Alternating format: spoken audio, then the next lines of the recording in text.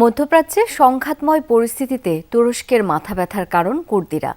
ইরানের বিরুদ্ধে স্থল অভিযানে গোষ্ঠীটিকে ব্যবহার করবে যুক্তরাষ্ট্র, এমন গুঞ্জন ঘিরে সতর্ক অবস্থানে আঙ্কারা।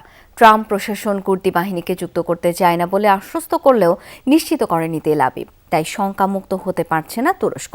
কুর্দিদের ইরান যুদ্ধে যুক্ত না করতে যুক্তরাষ্ট্র ইসরায়েলকে সতর্ক বার্তা দিয়েছে এরদোগান প্রশাসন।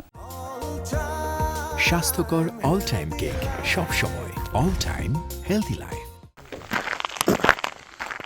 ইরানে যুক্তরাষ্ট্র ইসরায়েল যৌথ অভিযান এপিক ফিউরির শুরুর পর থেকেই তুরস্কের জন্য স্পর্শকাতর ইস্যু হয়ে উঠেছে কুর্দি গোষ্ঠী।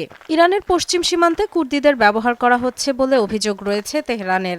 ইরাকে কুর্দিদের বিরুদ্ধে বেশ কয়েকবার হামলাও চালিয়েছে তেহরান। সিএনএন, এক্সিওস, রয়টার্সের মতো সংবাদ মাধ্যমগুলো জানিয়েছে কুর্দি গ্রুপগুলোর মাধ্যমে ইরানের সম্ভাব্য স্থল অভিযানের পরিকল্পনা করছে যুক্তরাষ্ট্র।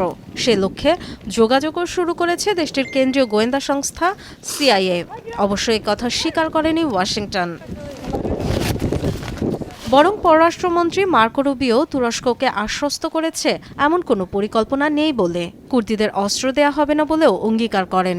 গোষ্ঠীটিকে ইরান যুদ্ধে জড়াতে চান না বলে দাবি করেন মার্কিন প্রেসিডেন্ট ডোনাল্ড ট্রাম্পও।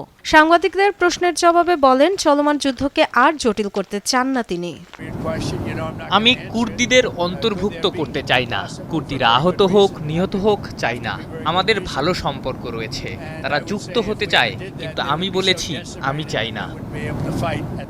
এরপরও অবশ্য নিরাপত্তা উদ্বেগ কমেনি আঙ্কারার, কারণ ইরান, ইরাক, সিরিয়া, তুরস্কে কুর্দিদের উস্কানিদাতা হিসেবে বরাবরই যুক্তরাষ্ট্রের ভূমিকা বিতর্কিত। বিশেষ করে এই ইস্যুতে এখনও পুরোপুরি চুপ ইসরায়েল। এমন পরিস্থিতিতে কুর্দিদের ইরান যুদ্ধে যুক্ত না করতে ওয়াশিংটন ও তেল আবিবকে সতর্ক করেন তুর্কি পররাষ্ট্রমন্ত্রী। এই ইস্যুতে মার্কিন পররাষ্ট্রমন্ত্রী মার্কো রুবিওর সাথে ফোনে কথা বলেছি। যেহেতু কিছু ইঙ্গিত বা গুঞ্জন উঠেছে, তিনি জানিয়েছেন এমন কোনো পদক্ষেপ নিচ্ছেন না। তবে ইসরায়েলের উদ্দেশ্য তো গোপন নয়। তুরস্ককে লক্ষ্য করে মিসাইল না ছুড়তে ইরানের প্রতিও সতর্কবার্তা দিয়েছেন হাকান ফিদান। ইরানের বন্ধুদের সাথে কথা হয়েছে। যদি বিষয়টি এমন হয় মিসাইলের গতি পরিবর্তনের কারণে আমাদের দেশ আঘাত হেনেছে, তবে ভিন্ন কথা। কিন্তু একই ঘটনা যাতে আবার না হয় সেজন্য আমাদের পরামর্শ থাকবে খুব সতর্ক হন। যুদ্ধ বন্ধ ও মধ্যপ্রাচ্যে উত্তেজনা কমাতে কূটনৈতিক প্রচেষ্টার কথাও বলেন তুর্কি পররাষ্ট্রমন্ত্রী।